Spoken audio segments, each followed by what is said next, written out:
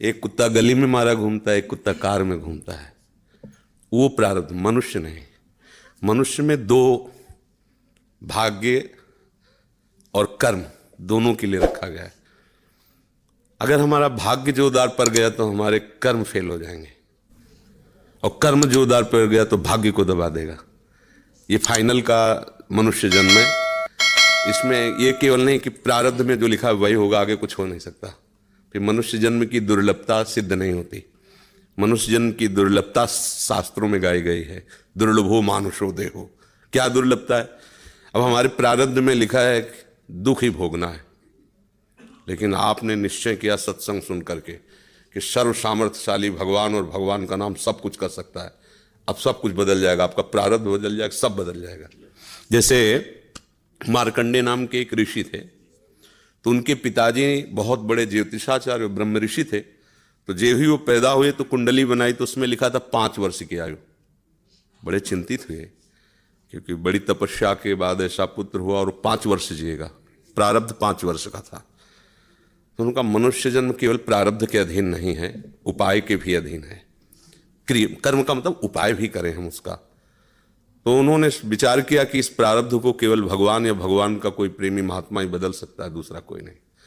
तो जैसे जैसे वो सयाने होते गए, एक एक दिन वो नोट करते हुए पिता है, जब वो थोड़ा सा 3-4 के बीच की अवस्था है, तो उनका बेटा मेरी एक बात माना करो, ये गंगा के किनारे जितने भी कोई ऋषि महात्मा संत दिखा, सबको साष्टांग प्रणाम करो। अब वो बालक थे, अब संतों को प्रणाम करने की उन्होंने, क्योंकि जानते थे कि संतों की कृपा दृष्टि पड़ जाए तो प्रारब्ध का नाश हो सकता है।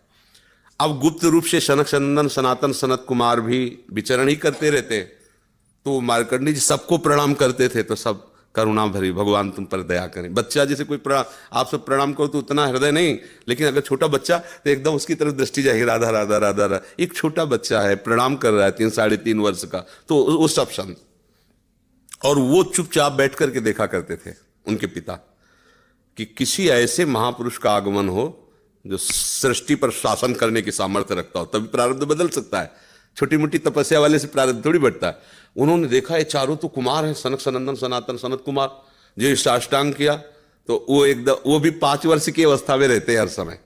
उन्होंने कहा चिरंजीवी भव। बस वो खड़े हो गए, बोले महाराज ये अभागा चिरंजीवी लायक नहीं है, इसके प्रारब्ध में 5 वर्ष की आयु लिखी और चौथा भी पूर्ण होने जा रहा है, कुछ समय का जीवन है। सनकादि ने कहा जो चिरंजीवी भव तो चिरंजीवी भव। हमने उसका भाग्य देख के थोड़ी बोला, उसका आचरण देख के बोला। एक छोटा बालक संतों के चरणों में लेट रहा है, ये चिरंजीवी लायक ही है। बोले महाराज अब भाग्य देख के दे, 5 वर्ष की आयु, अब कैसे? तो उनका हम वो तिथि वो तारीख तुम निकालना, और उस तारीख को हम भी आएंगे भगवान शंकर के मंदिर में, भगवान शंकर के लिंग को ऐसे गले लगवा के बैठालना, हम भी वहीं रहेंगे, देखते हैं कैसे मृत्यु ले जाएगी इस बालक को। ऐसा ही हुआ। अब संतों के बताए हुए मार्ग पर चलने वाले का मंगल ही होता है। तो वैसे चारों कुमार वहां विराजमान गुप्त रूप से, धर्मराज पधारे, यमराज के रूप में नहीं, धर्मराज के रूप में। क्योंकि पर वो ये दृश्य देखकर घबरा गए, और मृत्यु के भी, काल के भी महाकाल भगवान शंकर हैं।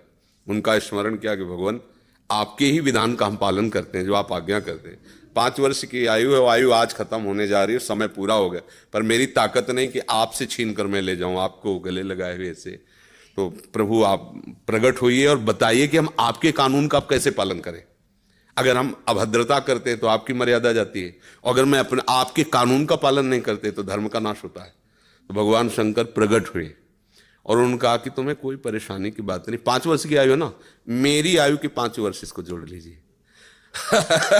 भगवान ने कहा मेरे हिसाब से।